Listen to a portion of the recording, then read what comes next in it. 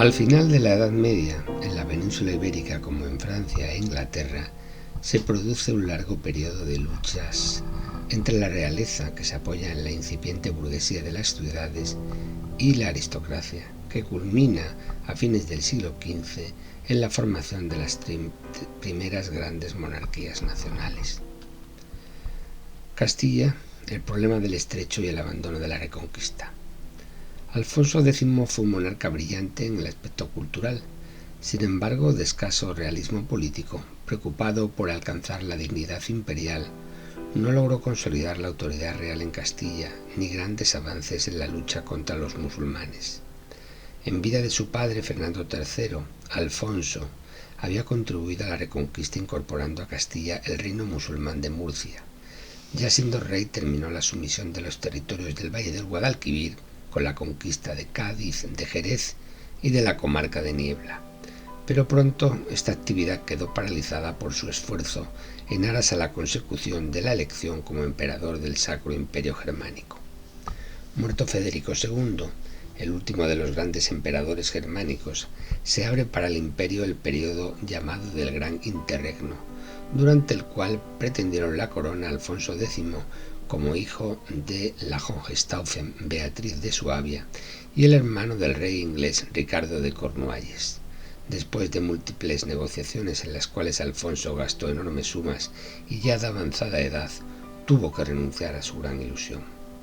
El fecho del imperio fue impopular en Castilla, creando una atmósfera de malestar que, con motivo de la muerte de su hijo primogénito, Fernando de la Cerda, fue aprovechada por su segundo hijo, Sancho el Bravo, para conseguir la corona contra los derechos de los hijos del primogénito, los llamados infantes de la Cerda.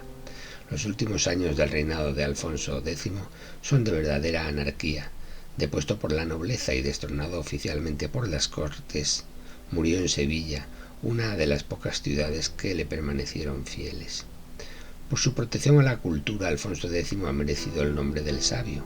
Es reconocido por su obra literaria, astronómica, histórica y jurídica, realizada en su escritorio real. Alfonso patrocinó, supervisó y participó incluso escribiendo personalmente en la obra de un grupo de sabios islámicos, hebreos y latinos, conocida como la de la Escuela de Traductores de Toledo. El libro del saber de astronomía, la grande general historia, las compilaciones legislativas del Fuero Real y las 7 partidas y las cantigas dan muestra del saber y la variedad de actividades desarrolladas en su corte. Se tradujeron numerosas obras del árabe y a través de ellas se conoció en Occidente el pensamiento de los griegos, muy en particular en medicina, y la obra de Aristóteles a través de su traductor y comentarista Averroes. El reinado de Alfonso X en Castilla fue una época de tolerancia entre las 3 culturas, la de los cristianos, la de los musulmanes y la de los judíos. Estos últimos fueron respetados y alcanzaron en Castilla importante relevancia económica y política. Sancho IV el Bravo, reconocido rey por la mayor parte de la nobleza, a pesar del testamento en que él desheredaba su padre, tuvo que luchar contra el partido de los infantes de la Cerda, apoyado por Pedro III de Aragón.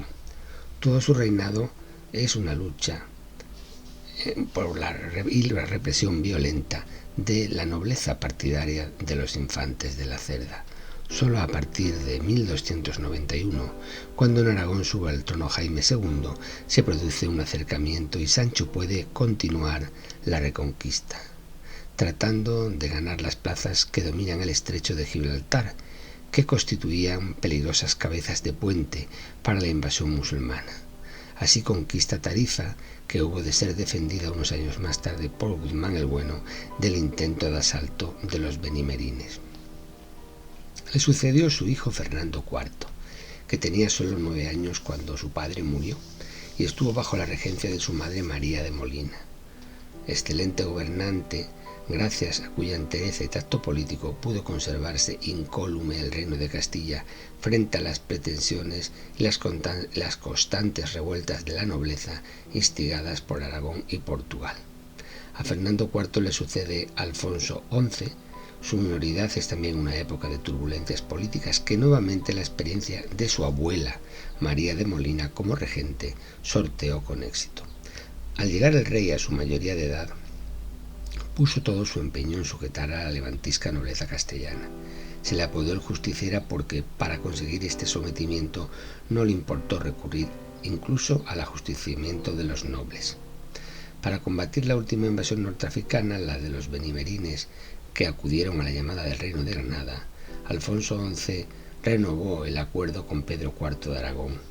Así, la acometida norteafricana pudo ser deshecha en 1340 con el apoyo de la flota catalana y de tropas portuguesas en la batalla del río Salado frente a Tarifa, triunfo que fue rematado por Alfonso XI con la conquista de Algeciras.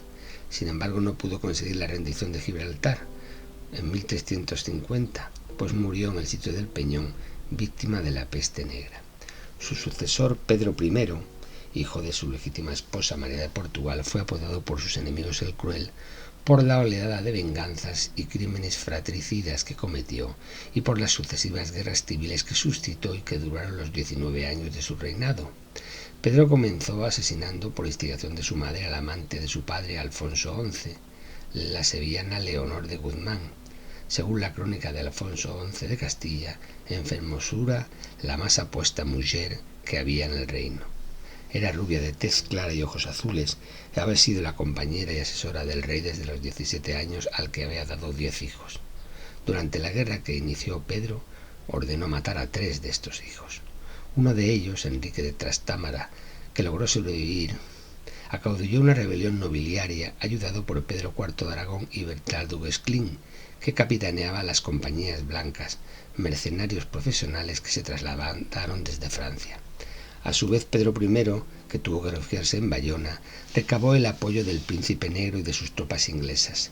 España se convirtió de este modo en el escenario o prolongación meridional de la Guerra de los 100 años, a la sazón en periodo de tregua entre franceses e ingleses. Entablada la lucha, Pedro I no cumplió las promesas que hizo a los ingleses acerca de la cesión de algunos puertos cantábricos a cambio de su ayuda. El príncipe negro, decepcionado y enfermo, abandonó a su suerte al monarca castellano.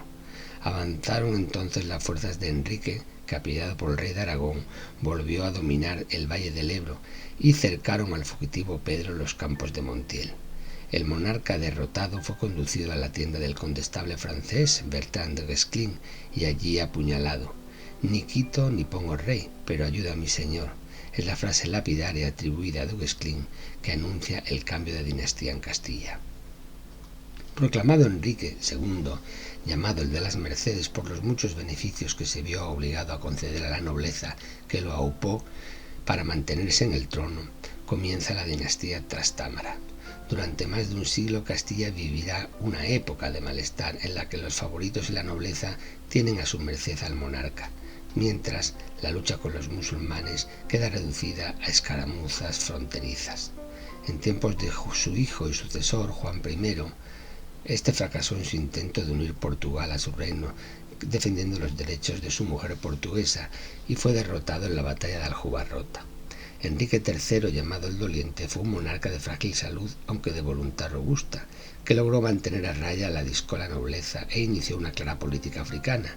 Combatió a los piratas marroquíes y aceptó el vasallaje del explorador normando Juan IV de Betancourt, que realizó en 1400 una expedición de conquista de las Islas Canarias, aunque la verdadera colonización para Castilla y Aragón de las islas se debe a los reyes católicos. Murió Enrique III cuando su hijo y su sucesor Juan II solo contaba 2 años, por lo que hubo de instaurarse una regencia a cargo de la reina viuda Catalina de Lancaster y de Fernando, hermano del rey, que fue llamado el de Antequera por haber tomado a los musulmanes esta plaza andaluza, única empresa reconquistadora que se realizó durante más de un siglo. Juan II vivió en perpetua tutela por su debilidad de carácter. Pese a su mayoría de edad, el gobierno pasó a manos de un favorito de relevante personalidad, Álvaro de Luna, sobrino del Papa Benedicto XIII. Era este un noble que gobernaba contra los intereses de los nobles, y por eso se hizo odioso a la aristocracia que arremetió contra él.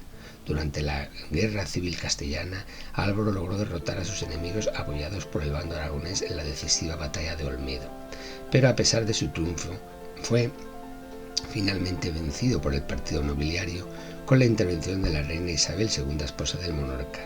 Traicionado y abandonado por todos, Álvaro de Luna fue condenado mediante un simulacro de proceso con acusaciones falsas y fue decapitado en Valladolid.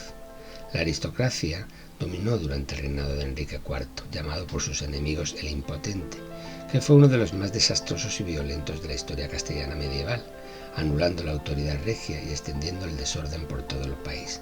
El nacimiento de una hija suya, Juana la Beltraneja, y las dudas acerca de su legitimidad sirvieron de pretexto para el levantamiento de la nobleza contra el rey, al que llegan a deponer en efigie en la llamada farsa de Ávila, en el máximo desprestigio de la autoridad real. Proclaman como heredero al hermano del rey Alfonso, un joven de apenas 15 años, que muere por envenenamiento a los pocos meses, y luego a su hermana Isabel, con la cual Enrique llega al acuerdo de Toros de Guisando, aceptando su sucesión y poniendo de momento fin a la guerra civil. Sin embargo, al hacerse público el matrimonio de Isabel con el príncipe y heredero aragonés Fernando, se produce una nueva ruptura. Tras la muerte del rey Enrique IV, la guerra civil se reanuda entre los partidarios de la Beltraneja, apoyada por Portugal, y los de Isabel, apoyada por Aragón, que termina con el triunfo de la reina católica. El reino de Aragón.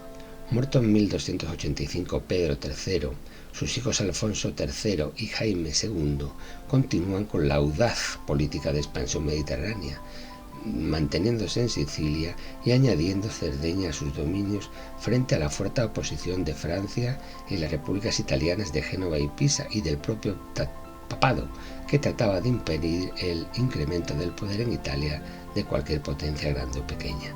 Esta política fue continuada por Alfonso IV el Benigno, quien capitaneó la conquista de Cerdeña y mantuvo la colaboración con Sancho IV el Bravo de Castilla contra los africanos. Pedro IV el Ceremonioso, también llamado el del puñalet por el puñal que usaba el cinto, fue un monarca enérgico que se enfrenta a los aristócratas aragoneses y catalanes, reivindicando la autoridad para la monarquía. En la batalla de Épila deshace la poderosa liga nobiliaria llamada Unión Aragonesa, revocando el llamado privilegio de la Unión. Se dice que rasgó con su propio puñal los pergaminos en que constaban los privilegios otorgados a los nobles unionistas en tiempos de Alfonso III. Durante su reinado se produjo la peor mortandad de la epidemia de la peste negra.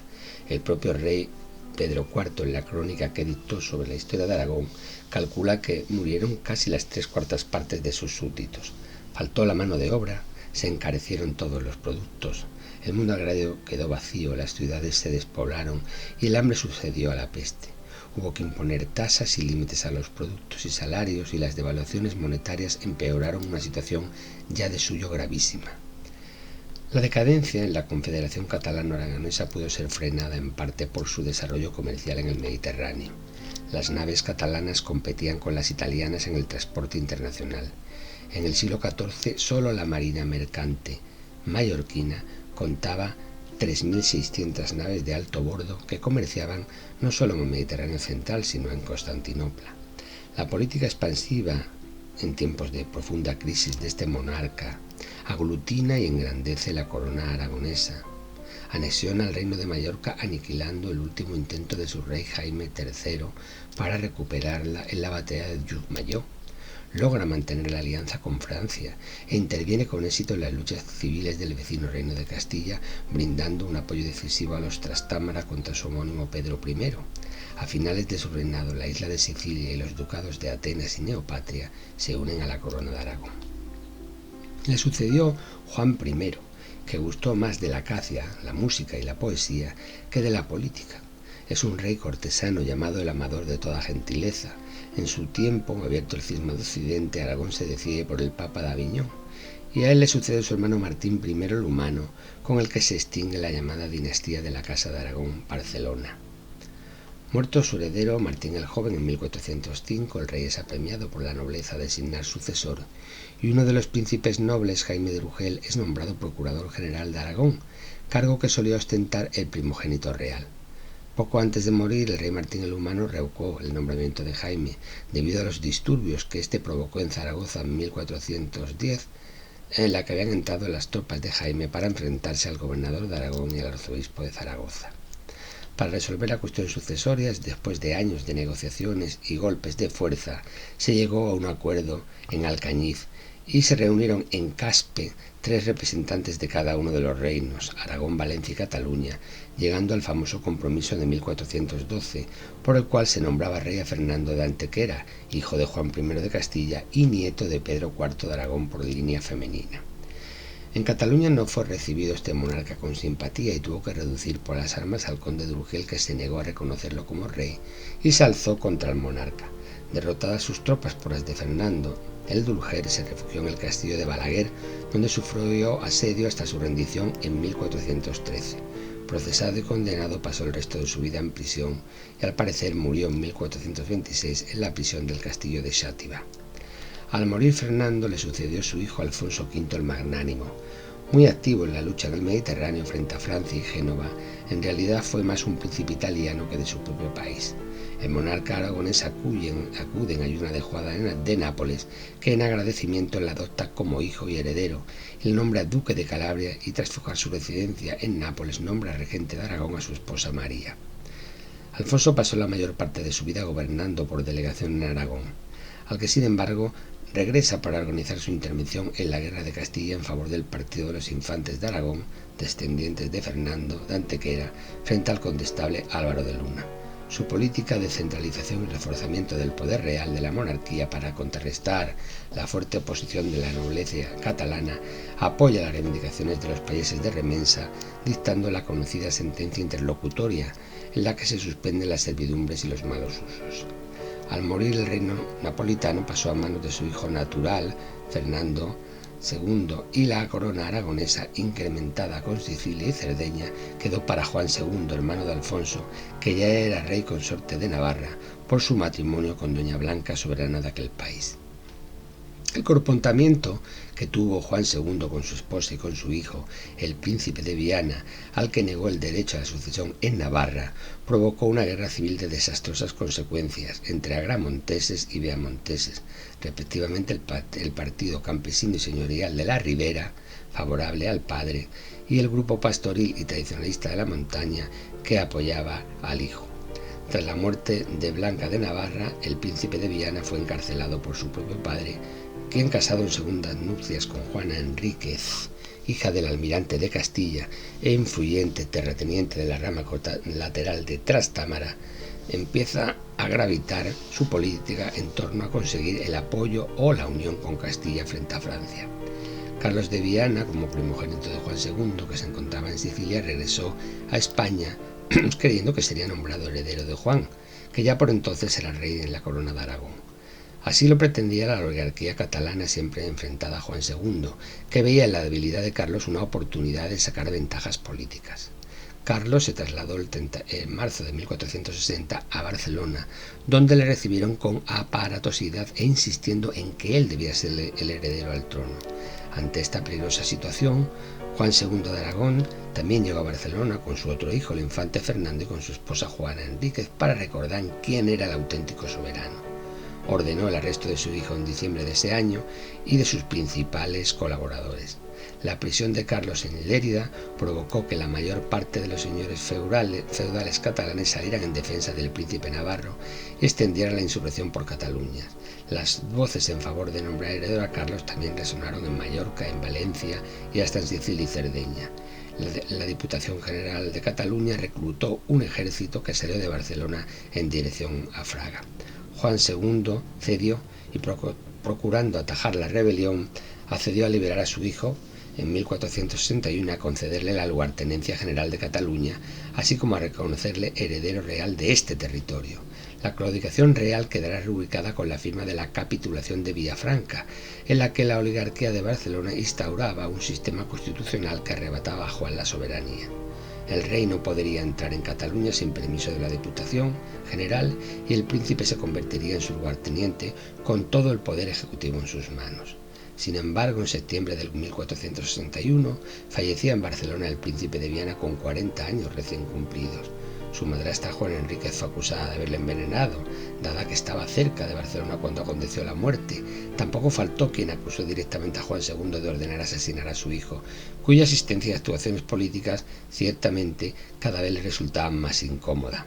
Es cierto que la desaparición de Carlos reforzó la autoridad de su padre en Cataluña y allanó el ascenso al trono de Fernando, pero también lo es que la salud del príncipe era mala desde hacía años. Sus años de destierro y su tiempo en prisión habían dejado debilitado a Carlos. Para viajar de un territorio a otro, consta que venía empleando una litera y apenas podía realizar tareas que requirieran esfuerzo físico. Los estudios más modernos han apuntado a que la causa real de su muerte fue la tuberculosis que padecía desde hacía años. Carlos de Viana estuvo recluido en una celda húmeda sin ropa de abrigo y mal alimentado. Estas circunstancias agravaron su enfermedad y le llevaron a la tumba. La situación se complicó cuando a principios de 1462 en las comarcas de Gerona estalló la rebelión de los campesinos remensas, que pretendían la supresión de los malos usos en el campo, el denigrante derecho medieval del señor al maltrato, que los reducía a un estado similar de la servidumbre de la gleba. El apoyo implícito del monarca a los países de remensa contra sus enemigos, los propietarios de tierras, se extendió al artesanado y pequeño comerciante de Barcelona, a cuya organización conocida por la Busca reconoció su sindicato frente a los intereses de los aristócratas llamados la Viga. El hecho que origina la guerra civil catalana se produce precisamente cuando 6 destacados buscaires fueron ejecutados en Barcelona, al haber sido condenados sumariamente por encabezar una supuesta conjura realista. Juan II firmó entonces el Acuerdo de Bayona con Luis XI de Francia, por el que éste se comprometía a enviar un ejército a Cataluña para someter a los rebeldes, y a cambio el rey de Aragón le pagaría 200.000 escudos en un plazo de 3 años, entendiendo que hasta que no hubiera completado la entrega de esa cantidad, el rey de Francia ejercería la jurisdicción y percibiría los derechos y rentas de la corona de los condados de Rosellón y de Cerdaña. El ejército francés, muy numeroso, penetró en el Rosellón y rápidamente se dirigió a Gerona, donde levantó el asedio de las tropas de la Viga de la fortaleza, la Forza Bella, donde se encontraban sitiados y en situación desesperada la esposa y el hijo de Juan, el príncipe heredero Fernando. Por su parte, desde Aragón, Juan penetró con un ejército aragonés por Lérida. Fueron 12 años de continua guerra civil en la que intervinieron fuerzas de Inglaterra, Bretaña, Borgoña, Nápoles, llegando a ofrecer a la aristocracia barcelonosa la corona al débil Enrique IV de Castilla. La confederación entre Aragón, Valencia y Cataluña estuvo a punto de desaparecer y desintegrarse. Finalmente, la forma tan generosa como trató Juan II a las poblaciones que iban cayendo en su poder desde finales de 1471 animó a otras localidades hasta entonces fieles a las instituciones catalanas rebeldes a rendirse al bando realista. Esta prudencia política hizo más por la causa del rey que el asedio de los ejércitos bien adiestrados, comenta Vicent Vives. Barcelona, sitiada por mar y por tierra, continuó resistiendo unos meses, pero por el Consell del Sen, confiando por fin en la magnanimidad de Juan II, aprobó el reconocimiento de la autoridad real y se llegó al acuerdo en generosos términos de la rendición, recogidos en las capitulaciones de Pedralbes en el año 1472. Escribe Vicent Vives: Juan II, aquel anciano que tenía 70 años, incombustible, medio ciego, que a menudo había dirigido personalmente las tropas, entraba en Barcelona siendo recibido con verdadero alborozo por los mismos que 10 años antes se habían levantado contra él. Los festejos por el fin de la guerra se prolongaron en Barcelona durante los días siguientes, olvidando la riqueza perdida, la industria arruinada, las víctimas sacrificadas y los odios creados. El Rosellón y la Cerdeña, entregándose en prendas por la ayuda al rey francés Luis XI, conocido por su sigilo y prudencia como la araña universal, no fueron devueltos por este, y aunque Juan II puso varios ejércitos en pie de guerra para recuperarlos, no lo consiguió. Su inmediata y directa implicación en la guerra civil castellana entre Isabel y la Beltraneja se lo impidió. Sería la intervención en 1493 de su hijo Fernando el Católico el que lo reintegraría nuevamente al Reino de España. En 1479, a la muerte de Juan II con 82 años, ocupó el trono Fernando, que había casado con Isabel de Castilla, iniciándose así el reinado de los Reyes Católicos. La afirmación nacional portuguesa. Terminada la reconquista, delimitaron los portugueses su territorio nacional aproximadamente igual al de nuestros días. La anexión de la última comarca meridional, el Algarve, se llevó a cabo en el siglo XIII, es decir, simultáneamente a las realizadas por los reyes de Castilla y Aragón en sus respectivas zonas de influencia. Después de los últimos monarcas portugueses reconquistadores, gobernó el reino de Don Dionís, monarca culto y emprendedor que casó con la hija de Pedro III de Aragón, que por sus virtudes mereció ser canonizada con el nombre de Santa Isabel de Portugal. Le sucedió Alfonso IV, al que la historiografía romántica tilda de monarca inmoral y sin escrúpulos. Sucedió que su hijo Pedro, siendo príncipe heredero, se enamoró de una dama de palacio, Inés de Castro, a la que, aprovechando una ausencia de Pedro, asesinaron algunos secuaces por orden del rey Alfonso. Pedro quedó trastornado y desconsolado, y cuando fue rey de Portugal tomó cumplida venganza de los asesinos y los obligó a besar la mano del cadáver de Inés de Castro. En tiempos de su sucesor, Fernando I, se planteó el problema sucesorio, pues no tuvo hijos varones, sino solo una hija llamada Beatriz, que casó con Juan I de Castilla. En 1384, al morir Fernando, los portugueses se negaron a unirse a los castellanos y proclamaron rey a un bastardo que era maestre de la Orden de Avis con el nombre de Juan I de Portugal. El ejército portugués del de Avis triunfó en la decisiva batalla de Aljubarrota en 1385, asegurando la independencia del reino. Lisboa se convirtió en etapa preferente del comercio entre orientales y occidentales. Un hijo de Juan I de Avis, llamado Enrique el Navegante, fue el principal estímulo e impulso de las grandes exploraciones y descubrimientos portuguesas, e instaló en Sagres, junto al Cabo de San Vicente, la mejor escuela de náutica y cartografía de toda Europa. Durante los reinados de aquel siglo XV, Don Duarte, Alfonso I el Africano y Juan II, no solo se exploró el Atlántico, sino que se inició el largo periplo africano en todas sus costas occidentales hasta el Golfo de Guinea y el extremo sur, preparando así el camino a los descubrimientos del siglo XVI, más sensacionales todavía, a mayor gloria de los portugueses. El reino granadino. Si la reconquista hubiera proseguido el impulso de Fernando III y Jaime I, solo con su fuerza de inercia hubiera arrojado a los musulmanes de Sierra Nevada, rematando una obra que llevaba ya 5 siglos de existencia. Pero el reino de Granada perduraría otros 2 siglos y medio a causa de las disensiones y guerras mutuas entre los cristianos peninsulares y al apoyo que los monarcas granadinos hallaban en sus correligionarios de África. El reino comprendía las actuales provincias de Granada, Málaga y Almería y pequeñas fajas territoriales de Cádiz, Córdoba y Jaén. Mohamed ibn al-Ahmar inició la dinastía árabe de los nazaríes. Desde el principio se declaró tributario de Castilla, a quien pagó una suculenta paria. El estatus de territorio tributario y su posición geográfica favorable con las montañas de Sierra Nevada como barrera natural ayudaron a sobrevivir al reino nazarí, permitiendo prosperar al pequeño emirato como punto de intercambio comercial entre la Europa medieval y el Magreb. El reino nazarí tenía una economía rica y diversificada. Granada era una de las ciudades más prósperas en una Europa devastada por la crisis del siglo XIV, un centro comercial y cultural de primer orden que llegó a contar con 165.000 habitantes. Había otras ciudades de importancia, como Almería, Málaga, Loja, Guadix y Baza. Incluso la montañosa comarca de la Alpujarra se convirtió en una extensa y muy poblada y de gran importancia económica para el reino. Se calcula en 500.000 los musulmanes andalusíes que afluyeron al territorio nazarí tras la conquista del Valle del Guadalquivir por Fernando III. Para posibilitar su supervivencia, el emirato hubo de hacer un importante esfuerzo para aumentar las fuentes de riqueza mercantil y agraria a través del aprovechamiento exhaustivo de las técnicas del regadío mediante una minuciosa regulación del uso y reparto del agua en las vegas granadinas. En la época de su apogeo, en el siglo XIV, que coincide con la primera guerra civil castellana y los débiles reinados de los primeros trastámaras, se produjo un intenso florecimiento cultural. Su reflejo más evidente quizás sea el conjunto palaciego de la Alhambra, todo un universo encerrado en sí mismo de palacios, jardines, fuentes y estanques de inusitada belleza. Se corresponde con los reinados de los emires Ismail I, Yusuf I y Mohamed IV. A pesar de su prosperidad económica y de su densidad de población, los conflictos políticos en Granada eran constantes, y esta debilidad fue aprovechada por los cristianos, que fueron conquistando paulatinamente los territorios del reino granadino. Las luchas internas entre los bandos de los zegrís y abencerrajes, las conspiraciones e intrigas del harén por la conquista del poder en este reino, siempre en situación precaria e inestable, llenan su historia, hasta el reinado de Boabdil, último monarca nazarí.